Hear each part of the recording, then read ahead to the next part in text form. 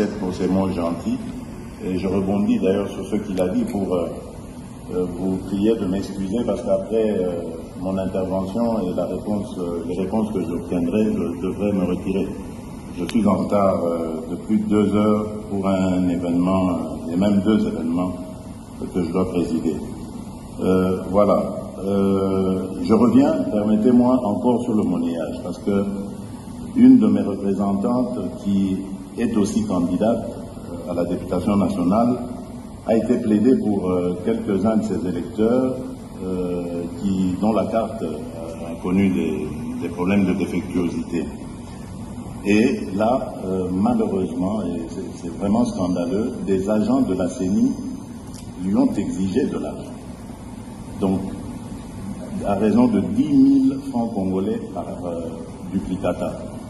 Je vous prie, Monsieur le Président, de tout mettre en œuvre pour non seulement définitivement éradiquer ce genre de pratique, mais aussi trouver ce genre de responsables et de les sanctionner sévèrement. Parce que ça commence comme ça et on ne sait pas comment ça va finir. Donc soyons très prudents. Alors, je voudrais aussi faire une autre observation à propos du décalage horaire entre la zone ouest et la zone est.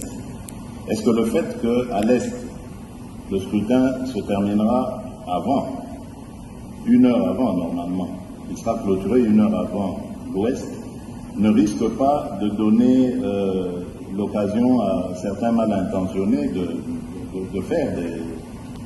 je pensais ici, par exemple, à 1 heure conventionnelle, uniquement pour ce jour-là, d'avoir une même zone horaire sur toute l'étendue du territoire national. Serait-ce possible d'en arriver là? Et ainsi, on pourrait commencer à 6 heures pour tout le monde, 6 heures à Kinshasa, en supposant, par exemple, qu'à l'Est, pendant qu'il sera 7 heures, on ramène l'heure à 6 heures aussi.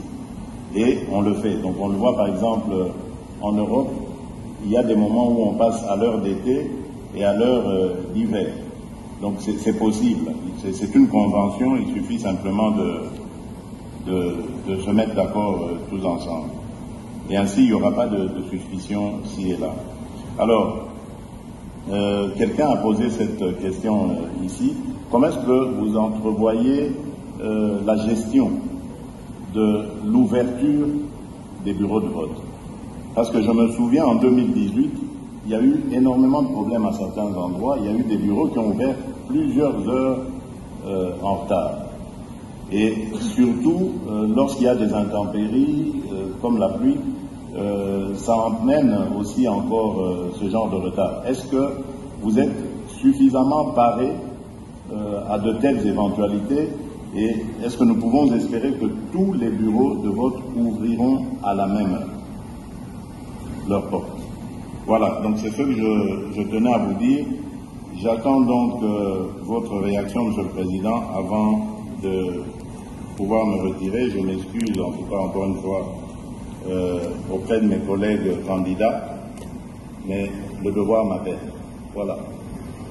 Excusez-moi, Monsieur le Président. Puisque le candidat numéro 20 va partir et que je prévoyais de poser une question de régularité et d'égalité qui est en rapport avec le pouvoir qu'il exerce encore, et je voudrais, Monsieur le Président, que dans le cadre de la régularité et du principe d'égalité, nous, les candidats présidents de la République, on devait bénéficier des mesures de sécurité que doit nous garantir le président de la République sortant. Et je voudrais qu'ils nous disent, avant de partir, quelles sont ces mesures.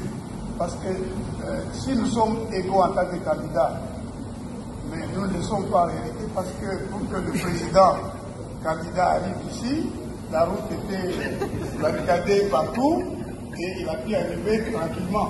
Mais nous, on était dans des embouteillages, il a fallu négocier.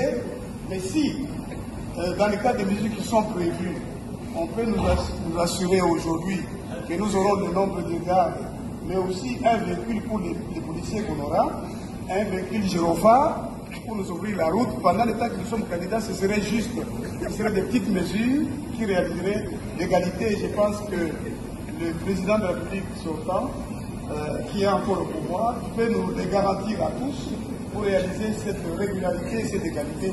Je vous remercie. Heureusement, pas moi qui organise cela. Je crois que c'est le ministère de l'Intérieur. Sous vos ordres.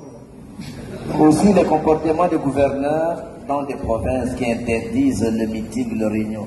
Si les chefs de l'État, les présidents... S'il vous plaît, suivons l'ordre, je vous en prie.